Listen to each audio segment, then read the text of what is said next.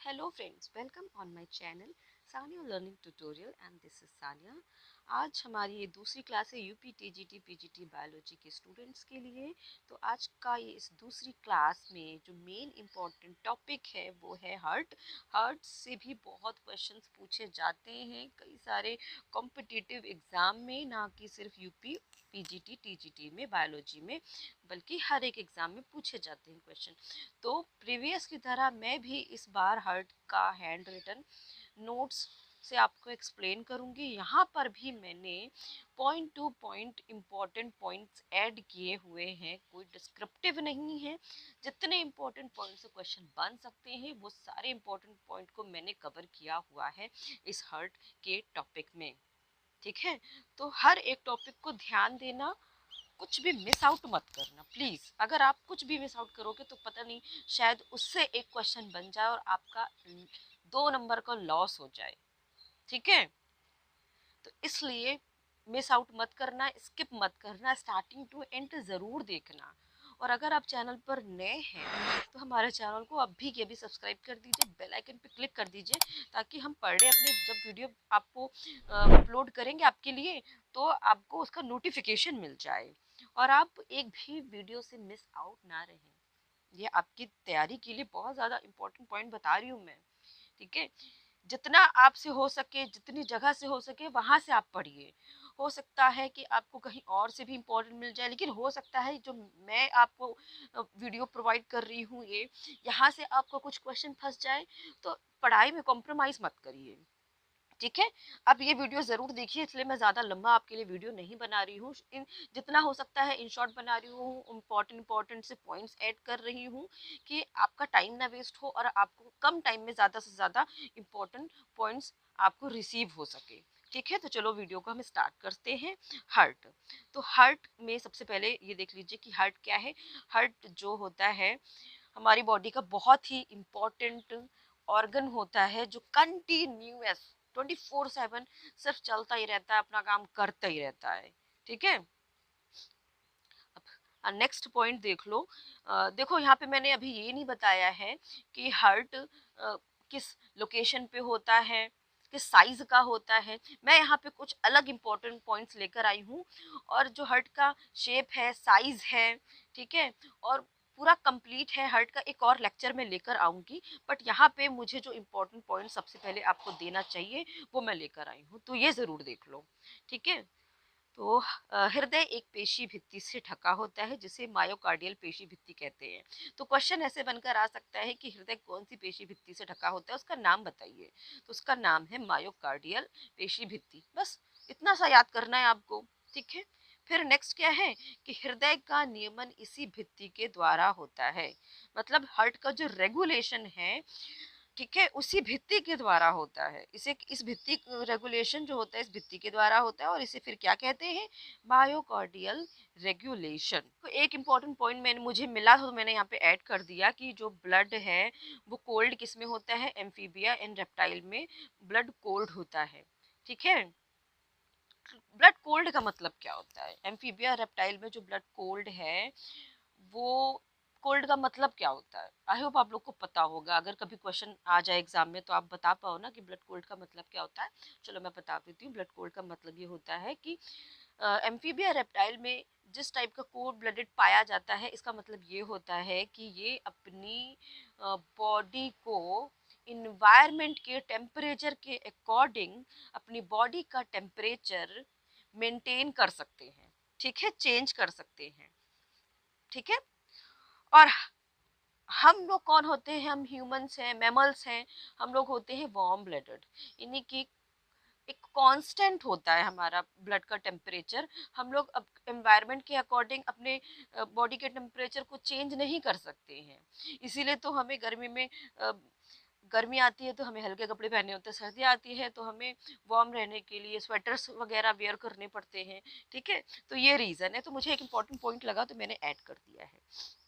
ठीक है, अच्छा, दी हार्ट आर 3 चैम्बर। अब ये इंपॉर्टेंट पॉइंट मैंने बता दिया है कि एम्फीबिया और रेप्टाइल में जो है हार्ट है वो 3 चैम्बर है। लेकिन यहाँ पे एक एक्सेप्शन है, रेप्टाइल में क्रोकोडाइल भी तो आ जाता है, लेकिन सिर्फ और सिर्फ रेप्टाइल्स की जो क्रोकोडाइल है उसमें 4 चैम्बर हर्ट होता है, ये याद रखना। इसलिए मैंने ये इंपॉर्टेंट पॉइंट आपके लिए ऐड किया हुआ है। याद रखना, एम्फीबिया रेप्टाइल गोल्ड ब्लडेड है, हार्ट इनमें 3 चैम्बर्स का होता है, और मैमल्स जो होते हैं वो वार्म ब्लडेड होते हैं, ठीक है। और मैमल्स में 4 चैम्बर होता है, और वहीं क्रोकोडाइल में भी 4 चैम्बर होता है, लेकिन ये एक एक्सेप्शन है, ठीक है। Bird and mammals are warm blooded, मैंने पहले बता दिया है, ठीक है। अच्छा, ब्लड टेम्परेचर इन ह्यूमन में कितना होता है, जो एक एवरेज है वो 37 डिग्री सेल्सियस, एक कॉमन है, आप होप आपको ये पता होगा, ठीक है। अब यहाँ पे देख लो कि कॉकरोच में जो हर्ट होता है वो कितने चैम्बर का होता है, 13 चैम्बर का होता है। ये याद रख लेना, क्योंकि कॉकरोच में हर्ट पूछा जा सकता है, पूछा जाएगा तो 13 चैम्बर आप क्लिक करके आओगे, ठीक है। तो कॉकरोच का जो साइंटिफिक नाम है वो पेरिप्लेनेटा अमेरिकाना, कॉमन है, आपको याद होगा। अच्छा, मछलियों का जो हृदय है उसमें कितना चैम्बर होता है, वो 2 चैम्बर का होता है।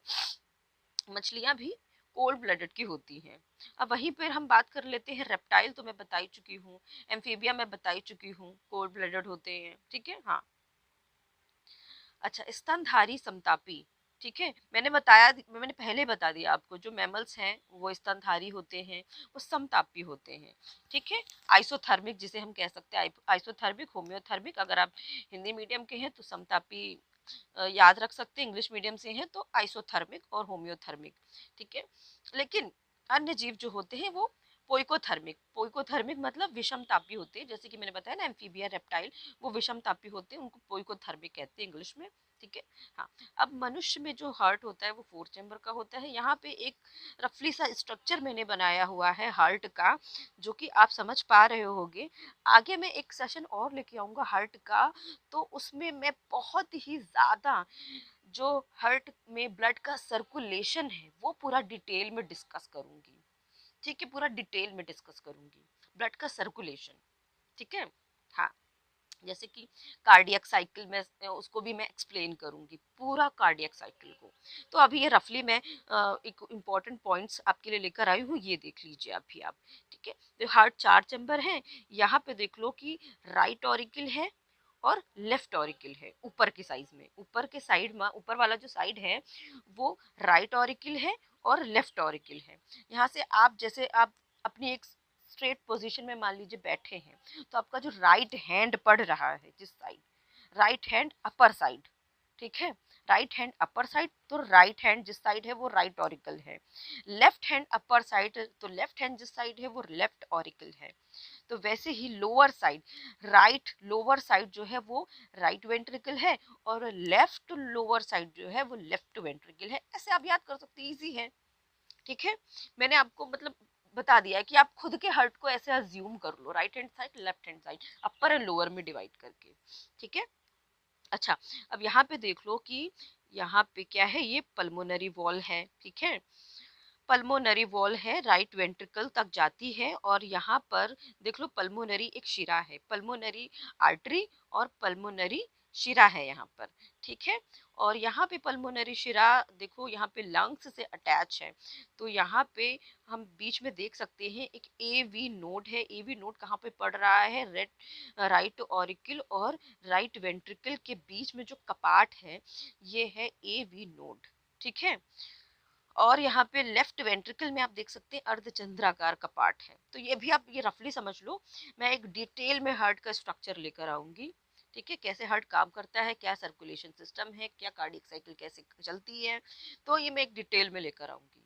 अभी आप कुछ इंपॉर्टेंट पॉइंट्स को पहले देख लो, ठीक है। हृदय की ऊपरी दोनों कक्ष को अलिंद कहते हैं, नीचे के दोनों कक्ष को निलय कहते हैं। निलय मीन्स वेंट्रिकल, ठीक है।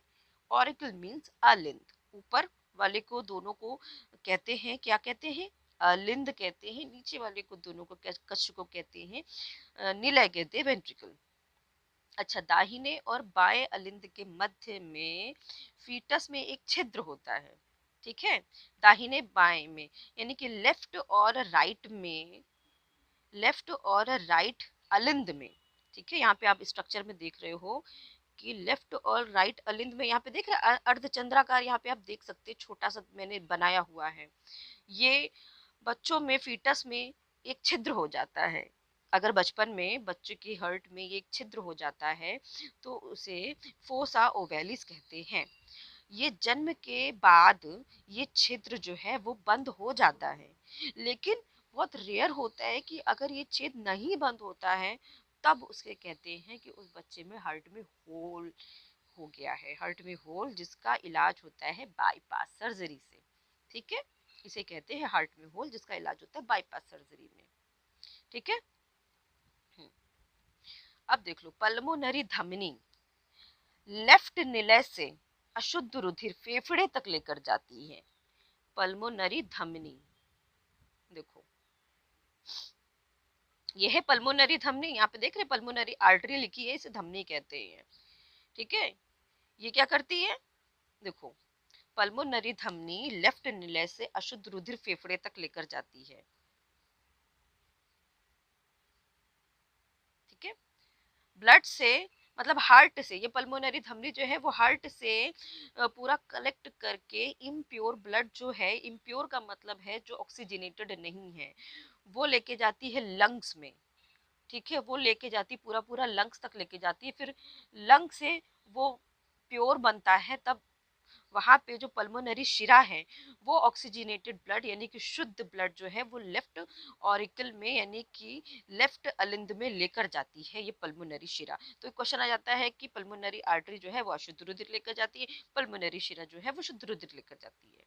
ठीक है, हाँ, पल्मोनरी शिरा फेफड़ों से फिर शुद्ध रुधिर राइट अलिंद में लाती है। ठीक है, अब देख लो नेक्स्ट पॉइंट इंपॉर्टेंट क्या है, हृदय 1 मिनट में 72 बार सिकुड़ता फैलता है। एक ही मिनट में 72 बार सिकुड़ता है, सिस्टोल होता है, डायस्टोल होता है। ठीक है, सिस्टोल जब होता है ना हार्ट, तो 120 mmHg होना चाहिए। एक हेल्दी पर्सन में जब हम बीपी नापते हैं ना, तो हम बीपी में भी यही देखते हैं कि ठीक है, बीपी जब हम नापते हैं तो एक मशीन के थ्रू जब हम बीपी नापते हैं, डॉक्टर मापता है, तो वहाँ पे वो काउंट नहीं करता है कि कितना हार्ट सिस्टोल हो रहा है, कितना डायस्टोल हो रहा है। तो सिस्टोल 120 mmHg नॉर्मल पर्सन में एक एवरेज है, ये नॉर्मल एवरेज होना चाहिए 120 mmHg, और डायस्टोल होना चाहिए 80 mmHg। इतना होता है तब तो उसका बीपी नॉर्मल है, अगर इससे ऊपर होता है तो बीपी हाई है, अगर इससे नीचे होता है तो बीपी लो है। ये दोनों ही एक प्रॉब्लम क्रिएट करती है, बीपी हाई और लो, तो ये एवरेज होना चाहिए। अब यहाँ पे सिस्टोल जब ब्लड हर्ट होता है, सिस्टोल करता है, तो उसका जो टाइम लिमिट है 0.5 सेकेंड होना चाहिए। 0.5 सेकेंड होता है, एक्चुअली में 0.5 सेकेंड होता है। डायस्टोल का जो टाइमिंग होता है वो 0.3 सेकेंड होता है। तो systole diastole, complete systole diastole का जो फिर टाइमिंग हो जाता है ना, वो 0.8 सेकेंड का हो जाता है। इससे की क्वेश्चन बहुत इंपॉर्टेंट पॉइंट है ये, इससे क्वेश्चन बहुत आता है, कंफ्यूज कर देने वाला होता है, ये याद रखना। इसी को ही मैं आगे बहुत अच्छे से एक्सप्लेन करूंगी कि कैसे ये 0.5 सेकेंड हो जाता है और कब होता है, कैसे ये डिस्टोल में 0.3 सेकेंड हो जाता है और कब होता है। इसका मैं एक और सेशन लेकर आऊंगी। अच्छा देखो नेक्स्ट, स्त्रियों में 1 मिनट में 80 बार हार्ट हमारा धड़कता है, और बच्चों में 1 मिनट में 120 बार हार्ट धड़कता है। ठीक है, ये याद रखना। अच्छा, नेक्स्ट पॉइंट है, जब ट्राई और बाई कस्पिड वॉल्व बंद होता है ना तो लब की आवाज आती है। यहाँ पे देखो ट्राई और बाई कस्पिड वॉल्व यहीं पे होता है, ये राइट ऑरिकल लेफ्ट वेंट्रिकल, ठीक है, और राइट ऑरिकल और लेफ्ट वेंट्रिकल, यहाँ दोनों के बीच में एक में होता है ट्राई बाई कस्पिड वॉल्व, इधर होता है ट्राई कस्पिड वॉल्व। ठीक है, अच्छा, अब बाई और ट्राइकस्पिड वॉल्व जब बंद होता है तो लब की आवाज आती है, जब अर्धचंद्राकार वॉल्व बंद होता है तो डब की आवाज आती है। ठीक है, अर्धचंद्राकार वॉल्व बंद होता है तो डब की आवाज आती है। अर्धचंद्राकार वॉल्व यहाँ पे होती है, देखो यहाँ पे लिखा हुआ है अर्धचंद्राकार कपाट, ये चीज, ये देखिए। ठीक है, तो यहाँ पे होता है नीचे लेफ्ट वेंट्रिकल के नीचे लोअर साइड में एक कपाट होती है अर्धचंद्राकार, जब ये बंद होती है ना तो डब की आवाज आती है। और यहाँ पे राइट ऑरिकल और राइट वेंट्रिकल के बीच में बाइकस्पिड वॉल्व और राइट लेफ्ट ऑरिकल और लेफ्ट वेंट्रिकल ट्राइकस्पिड वॉल्व, वो दोनों जब बंद होती है तो लब की आवाज, और यहाँ पे अर्धचंद्राकार का पार्ट जब बंद होती है तो डब की आवाज, लब डब लब डब। ये लब डब जब होता है ना तभी ऐसे हमको लगता है ना कि हार्ट जो है वो धड़क रहा है, धक धक धक धक करता है, एक्चुअली में धक धक धक धक नहीं है, वो लपटप है। ठीक है, तो दोनों के बीच में क्या होता है, 5 सेकंड का अंतर होता है, दोनों के बीच में 5 सेकंड का अंतर होता है। जब लब की आवाज आती है, ठीक है, 5 सेकंड का अंतर होता है, ठीक है, दोनों के बीच में 5 सेकंड का अंतर होता है।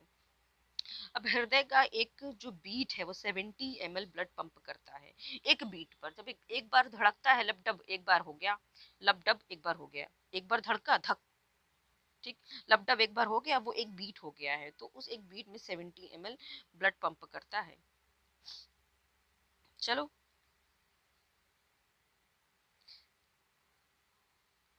अच्छा, अच्छा ये देखो नेक्स्ट देख लो कि कृत्रिम हृदय का आविष्कार किसने किया था सबसे पहले। जो एक आर्टिफिशियल हार्ट का जो आविष्कार किया था वो किसने किया था, रॉबर्ट जार्विक ने किया था, रॉबर्ट जार्विक। तो ये याद रखना, भूलना मत, रॉबर्ट जार्विक ने सबसे पहले कृत्रिम हृदय यानी कि आर्टिफिशियल हार्ट का आविष्कार किया था, जिसे 1982 में पहली बार ट्रांसप्लांट किया था और वो सफल भी हुआ था। ट्रांसप्लांट करवाने वाले व्यक्ति का नाम याद रखना, बार्न क्लार्क, बार्न क्लार्क, ठीक है, 1982 में ट्रांसप्लांट करवाया था, सफल हुआ था, उस व्यक्ति का नाम था बार्न क्लार्क, ठीक है।